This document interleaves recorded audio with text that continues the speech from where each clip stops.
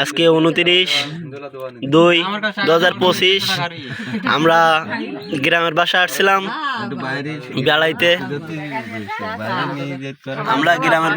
বেড়াইতে।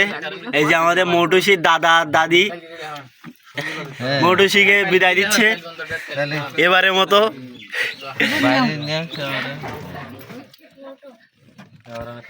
আমার দাদি মৌটুসিকে এবারের জন্য শেষ বিদায়ের জন্য 200 টাকা দিয়েছে। আমার কাকা সেটা সুন্দর করে পকেটের ভিতর থুয়ে দিয়েছে। এখন মৌটুসির দিকে দেখি আমরা, মৌটুসি কিরকম বিদায়ের সময় কিরকম ওর মনোভাব। ও